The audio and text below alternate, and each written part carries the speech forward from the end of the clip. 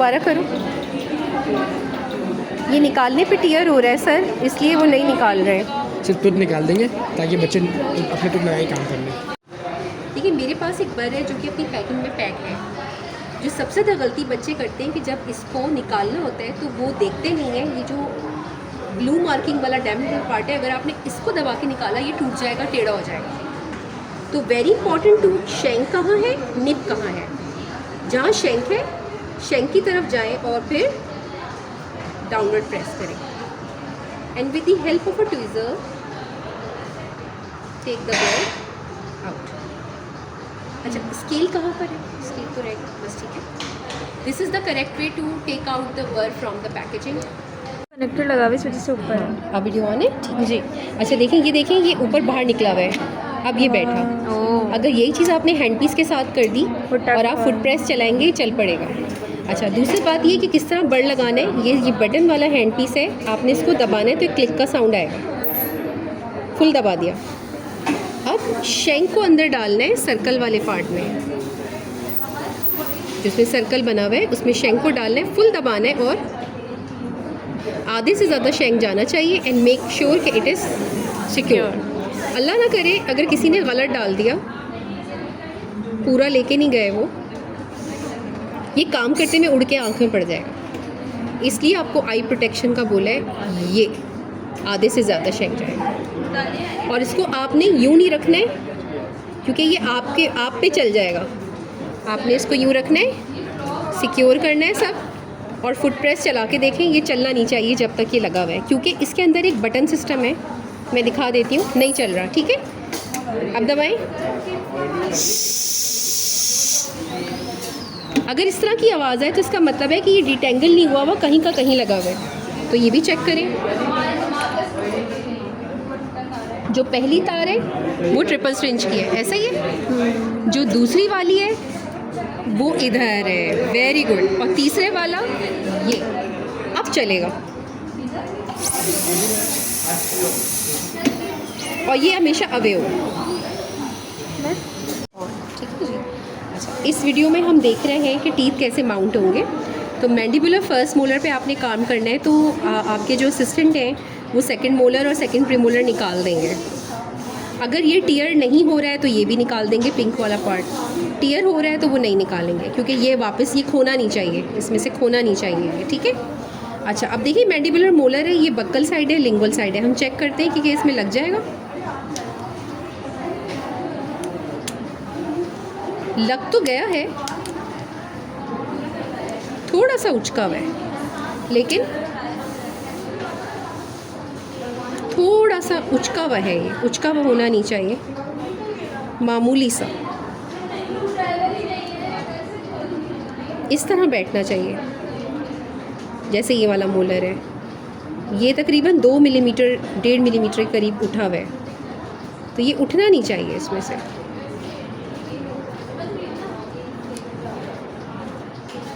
तो अगर ये इसी टाइपोडॉन का है, थोड़ा सा रंग तो सेम है, एनाटॉमी भी सेम है, बैठना चाहिए सही।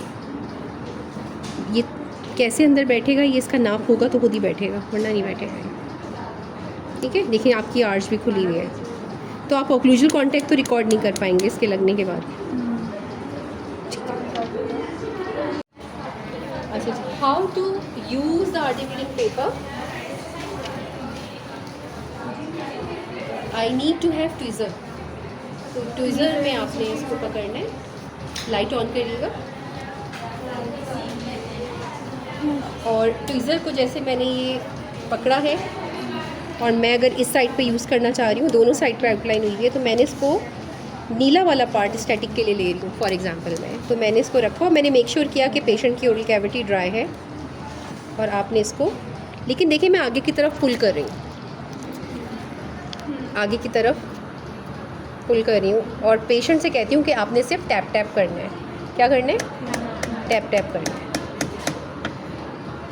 तो जब आप, मैंने नीले पे निशान लिए, अब मैंने ये देखा कि कहीं से टीयर तो नहीं हुआ, और लाइट की तरफ देखें, कहीं से टीयर नहीं हुआ। वो 2 सुराख तो उसके जहाँ वो अटैच था ना अपनी उसके अंदर बुकलेट में, बिल्कुल सही है।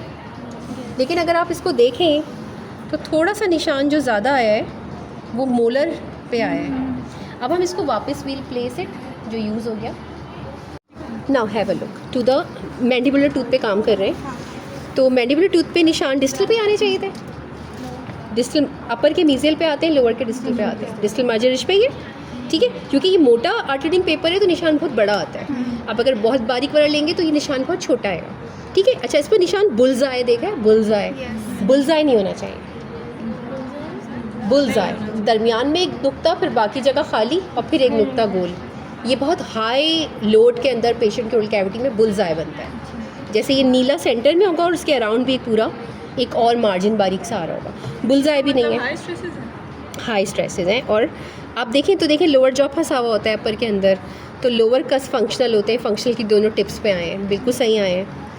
और अपर पे तो हम काम ही नहीं कर रहे, लेकिन अपर को आप देखें तो अपर के भी जो ये पैलेटल साइड के फंक्शनल कस पे उस पर ज़्यादा निशान आए। अपर बक्कल, लोअर बक्कल, अपर पैलेटल और फंक्शनल कस जिसपे हम च्यू कर रहे होते हैं। तो ये देखें ये फंसे हुए ना अंदर, तो ये फंक्शनल कस पे और किससे टकरा रहे हैं? अपर पैलेटल, लोअर बक्कल, अपर पैलेटल और फंक्शनल कस, उस पर निशान देखें। इसमें शीशे में देखें तो आपको मिलेंगे, देखें फर्स्ट मोलर के पैलेटल कस जो दोनों हैं उन पर डार्क निशान है, और इसके डिस्टल मार्जिन रिज पे और लोअर पे बिल्कुल सही निशान आए। आपकी कैविटी प्रेप किसी सूरत इस पे नहीं आएगी और आनी भी नहीं चाहिए, क्योंकि आपको पता है उसकी जो विड्थ है हॉरिजॉन्टली 1 mm है, ज़्यादा 1.5। ठीक है, अब हम आउटलाइन चेक करते हैं। आउटलाइन बेटी ने की हुई है, तो आउटलाइन आप देखें, लाइट बहुत दूर है और मैंडिबल के लिए लाइट पेशेंट के सर के ऊपर आएगी।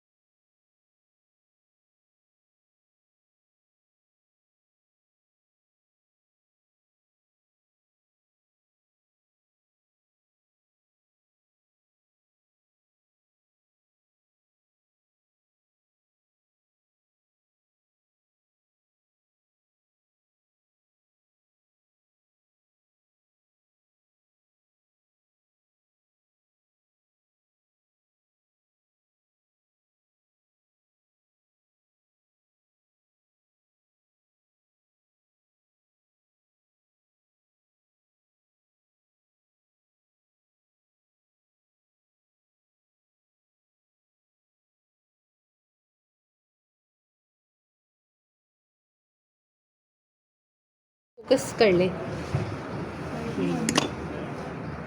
Very good. मिशिगन, आप जब इंग्लैंड में एग्ज़ाम्स देने जाएंगे ना, मिशिगन यूनिवर्सिटी में भी, तो आपको ये वाला मिलेगा। CPITN 5 टाइप के CPITN है, UNC है, मतलब हर 5 के बाद एक गहरी डॉट, डिफरेंट टाइप्स के, कुछ विद बॉल हैं CPITN वाले। ये मिशिगन का डिज़ाइन है, इसमें 10 विलियम्स मार्किंग होती है और हर जो शुरू की 3 है वो 1 मिलीमीटर की, 1 मिलीमीटर, ठीक है, 2 मिलीमीटर, 1 मिलीमीटर। हाँ, शुरू की 3।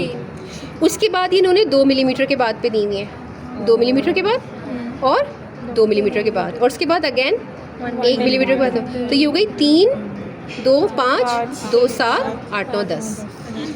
ये एक और भी आता है 10 मिलियम मार्किंग वाला, उसमें 10 लाइनें होंगी और वो हर लाइन जो है वो 1 मिलीमीटर। ये वाला डिज़ाइन भी हो सकता है, ये वाला भी 1, 2, 3, 2 millimetre, 2 millimetre, 1, 2, 3। You should know how to calibrate with your Michigan Rhino Pro। ये वीडियो भी ग्रुप पे डाल दें।